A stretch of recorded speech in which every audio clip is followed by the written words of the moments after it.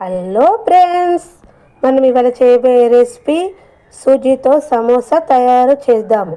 దీనికి కావలసింది ఒక బౌల్ తీసుకొని ఉడకబెట్టిన ఆలు, సన్నగా తురుముకున్న ఆనియన్స్, సన్నగా తురుముకున్న క్యారెట్, 2 పచ్చిమిర్చి సన్నగా కట్ చేసుకుని వేసుకోవాలి. దీనిలో చిన్నగా కట్ చేసుకున్న కొత్తిమీర, ఉప్పు, కారము, ధనియాల పొడి, జీలకర్ర పొడి ఇవన్నీ వేసుకున్న తర్వాత ఒకసారి బాగా కలుపుకోవాలి. మన మసాలా అనేది మంచిగా కలిసేటట్టు బాగా కలుపుకోవాలి. ఇలా కలుపుకొని దీన్ని మనం పక్కకు పెట్టుకోవాలి.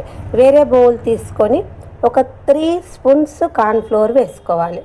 3 స్పూన్స్ కార్న్ఫ్లోర్లోకి చిటికెట్ సాల్ట్, కొంచెం కొత్తిమీర వేసుకొని వాటర్ పోసుకొని పెరుగులాగా కలుపుకొని పక్కకు పెట్టుకోవాలి. వీడియోలో చెప్పిన విధంగా చేసుకోవాలి.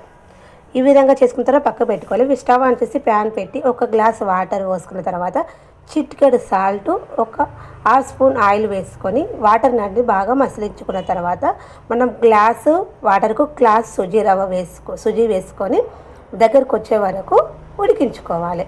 ఇలా ముద్దలాగా వచ్చే వరకు చేసుకోవాలి. ఇట్లా ఉడికిన దాన్ని ఒక ప్లేట్లోకి తీసుకొని వేడిగా ఉన్నప్పుడు చేతికి ఆయిల్ అన్నది అప్లై చేసుకొని పిండి ముద్దలాగా తయారు చేసుకోవాలి. సాఫ్ట్గా తయారు చేసుకోవాలి. దీన్ని మనము పీట పైన చేసుకోవచ్చు, దేనిపైన వీలైతే దానిపైన చేసుకోవచ్చు. పీట పైన మనము కొంచెం పిండి తీసుకొని కొంచెం పొడి పిండి చల్లుకుంటూ చపాతీలాగా తయారు చేసుకోవాలి. ఇలా చేసుకున్న తర్వాత సైడ్స్ కట్ చేసుకొని స్క్వేర్ షేప్లో చేసుకోవాలి. చేసుకున్నాక దీనిలోకి 4 పార్ట్స్ వేసుకున్న తర్వాత దీనిలోకి మనం ఒక్కొక్క పార్ట్లో కర్రీ పెట్టుకొని షేప్స్ ఏ షేప్ అవసరం ఉంటే ఆ షేప్లో మలుచుకోవాలి. నేను ఈ విధంగా చేసుకుంటున్నాను. మీరు ఏ షేప్ అవసరం ఉంటే ఆ షేప్లో చేసుకోవచ్చు. చాలా ఈజీగా చేసుకోవచ్చు.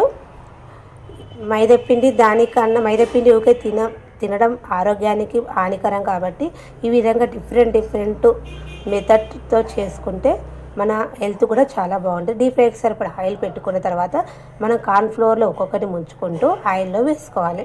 ఆయిల్లో వేసుకున్న తర్వాత ఒక సైడ్ గోలాక ఇంకో సైడ్ బాగా గోలించుకోవాలి. గోల్డెన్ బ్రౌన్ కలర్ వచ్చే వరకు గోలించుకోవాలి.